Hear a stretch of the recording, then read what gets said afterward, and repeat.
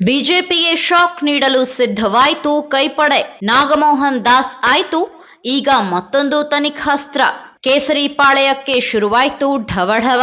ತನಿಖಾ ವರದಿಯಲ್ಲಿ ಏನಿದೆ ಸ್ಫೋಟಕ ಮಾಹಿತಿ. ಸಚಿವ ಎಚ್.ಕೆ. ಪಾಟೀಲ್ ಹೇಳಿದ್ದೇನು? ರಾಜ್ಯದಲ್ಲಿ ಈ ಹಿಂದೆ ಅಧಿಕಾರ ನಡೆಸಿದ್ದ ಬಿಜೆಪಿ ಸರ್ಕಾರದ ಅವಧಿಯಲ್ಲಿ ಗುತ್ತಿಗೆದಾರರು 40% ಲಂಚದ ಆರೋಪ ಮಾಡಿದ್ದರು. ಈ ಕುರಿತು ವರದಿ ಪಡೆಯಲು ಕಾಂಗ್ರೆಸ್ ಸರ್ಕಾರ ನೇಮಕ ಮಾಡಿರುವ ನ್ಯಾಯಮೂರ್ತಿ ಎಚ್.ಎನ್. ನಾಗಮೋಹನ್ ದಾಸ್ ನೇತೃತ್ವದ ಆಯೋಗದ ವರದಿಯ ಆಧಾರದಲ್ಲಿ ಉನ್ನತ ತನಿಖೆಗಾಗಿ ವಿಶೇಷ ತನಿಖಾ ತಂಡ ಎಸ್ಐಟಿ ರಚನೆಗೆ ಸಚಿವ ಸಂಪುಟ ತೀರ್ಮಾನಿಸಿದೆ. ಈ ಮೂಲಕ ಮತ್ತೊಮ್ಮೆ ಬಿಜೆಪಿಗೆ ಶಾಕ್ ನೀಡಲು ಸಿದ್ದರಾಮಯ್ಯ ಸರ್ಕಾರ ಮುಂದಾಗಿದೆ. ಇನ್ನು ಈ ಕುರಿತು ಮಾಹಿತಿ ನೀಡಿರುವ ಕಾನೂನು ಸಚಿವ ಎಚ್.ಕೆ. ಪಾಟೀಲ್, ಆಯೋಗವು ನೀಡಿರುವ ವರದಿಯಲ್ಲಿ ಕಾಮಗಾರಿಗಳಿಗೆ ಅಧಿಕ ಮೊತ್ತ ಪಾವತಿಯಾಗಿರುವುದು ಅಲ್ಲದೆ ಕೆಲವು ಬಿಲ್ ತೆಗೆಯದಿದ್ದರೂ ಕಾಮಗಾರಿ ನಡೆದ ಬಗ್ಗೆ ಅನುಮಾನ ಮೂಡುತ್ತಿದೆ. ಟೆಂಡರ್ ಪ್ರಕ್ರಿಯೆಯಲ್ಲಿ ಹಲವಾರು ಲೋಪದೋಷಗಳು ಕಂಡು ಬಂದಿದೆ. ಇದೆಲ್ಲ ಗಂಭೀರವಾಗಿ ಪರಿಗಣಿಸಿ ವರದಿಯ ಆಧಾರದ ಮೇಲೆ ಹೆಚ್ಚಿನ ತನಿಖೆಗಾಗಿ ಎಸ್ಐಟಿ ರಚಿಸಲು ಸರ್ಕಾರ ತೀರ್ಮಾನಿಸಿದೆ ಎಂದು ತಿಳಿಸಿದ್ದಾರೆ. 2 ತಿಂಗಳಲ್ಲಿ ಎಸ್ಐಟಿ ವರದಿ ಅಲ್ಲದೆ ಕೆಲ ವಿಷಯಗಳ ಪರಿಣಿತರು ಹಾಗೂ ತಜ್ಞರು ಈ ವಿಶೇಷ ತನಿಖಾ ತಂಡದ ಭಾಗವಾಗಲಿದ್ದಾರೆ. ಇವರು 2 ತಿಂಗಳಲ್ಲಿ ತನಿಖೆ ನಡೆಸಿ ವರದಿ ಸಲ್ಲಿಸುವಂತೆ ಗಡುವು ನೀಡಲು ಸಂಪುಟ ಸಭೆಯಲ್ಲಿ ನಿರ್ಣಯ ಕೈಗೊಳ್ಳಲಾಗಿದೆ ಎಂದು ಹೇಳಿದ್ದಾರೆ.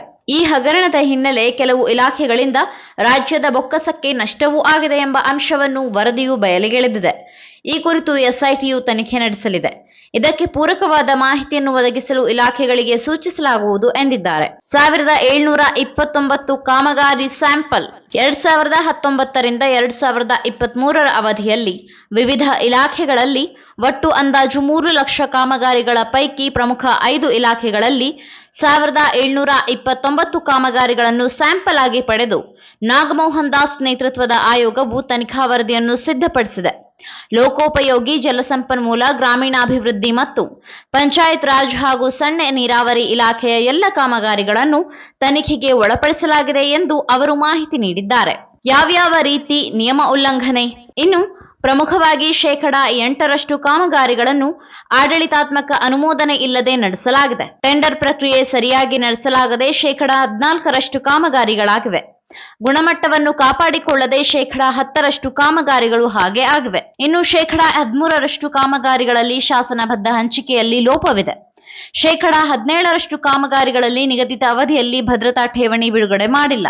ಇನ್ನು ಪ್ರಮುಖವಾಗಿ 23% ಕಾಮಗಾರಿಗಳಲ್ಲಿ ಬಿಲ್ ಪಾವತಿಯಲ್ಲಿ ಜ್ಯೇಷ್ಠತಾ ಕ್ರಮ ಅನುಸರಿಸಿಲ್ಲ ಮತ್ತು ಸಂಬಂಧಪಟ್ಟ ಲೆಕ್ಕ ಶೀರ್ಷಿಕೆ ಅಡಿಯಲ್ಲಿ ಬಿಲ್ ಪಾವತಿಯಾಗಿಲ್ಲ ಎಂಬ ಅಂಶವನ್ನು ವರದಿಯಲ್ಲಿ ಉಲ್ಲೇಖಿಸಲಾಗಿದೆ ಎಂದು ತಿಳಿಸಿದ್ದಾರೆ. ನಾಗಮೋಹನ್ ದಾಸ್ ವರದಿ ಹೇಳೋದೇನು?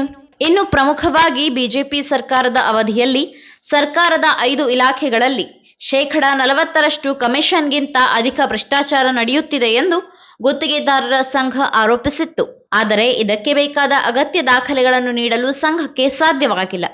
ಹೀಗಾಗಿ ಈ ಆರೋಪದ ಕುರಿತು ಸ್ಪಷ್ಟ ತೀರ್ಮಾನಕ್ಕೆ ಬರುವುದು ಅಷ್ಟೊಂದು ಸುಲಭವಾದುದಲ್ಲ ಎಂದು ಆಯೋಗವು ವರದಿಯಲ್ಲಿ ಸರ್ಕಾರಕ್ಕೆ ಸ್ಪಷ್ಟಪಡಿಸಿದೆ. ಅಲ್ಲದೆ ದಾಖಲೆಗಳು ದೊರೆತಿಲ್ಲ ಎಂದ ಮಾತ್ರಕ್ಕೆ ಭ್ರಷ್ಟಾಚಾರ ನಡೆದಿಲ್ಲ ಎನ್ನುವುದು ಒಪ್ಪಲಾಗದು. ಮೇಲ್ನೋಟಕ್ಕೆ ನೋಡಿದಾಗ ಭ್ರಷ್ಟಾಚಾರ, ಅಕ್ರಮ, ಅವ್ಯವಹಾರ ಹಾಗೂ ಟೆಂಡರ್ ನಿಯಮಗಳನ್ನು ಗಾಳಿಗೆ ತೂರಿರುವುದು ಕಂಡುಬಂದಿದೆ. ಈ ಹಿನ್ನೆಲೆಯಲ್ಲಿ ಇದರ ಕುರಿತು ಪ್ರತ್ಯೇಕ ವಿಚಾರಣೆ ನಡೆಸುವ ಮೂಲಕ ತಪ್ಪಿತಸ್ಥ ಅಧಿಕಾರಿಗಳ ವಿರುದ್ಧ ಕ್ರಮ ಕೈಗೊಳ್ಳಬೇಕು ಎಂದು ಆಯೋಗವು ತನ್ನ ಶಿಫಾರಸಿನಲ್ಲಿ ತಿಳಿಸಿದೆ.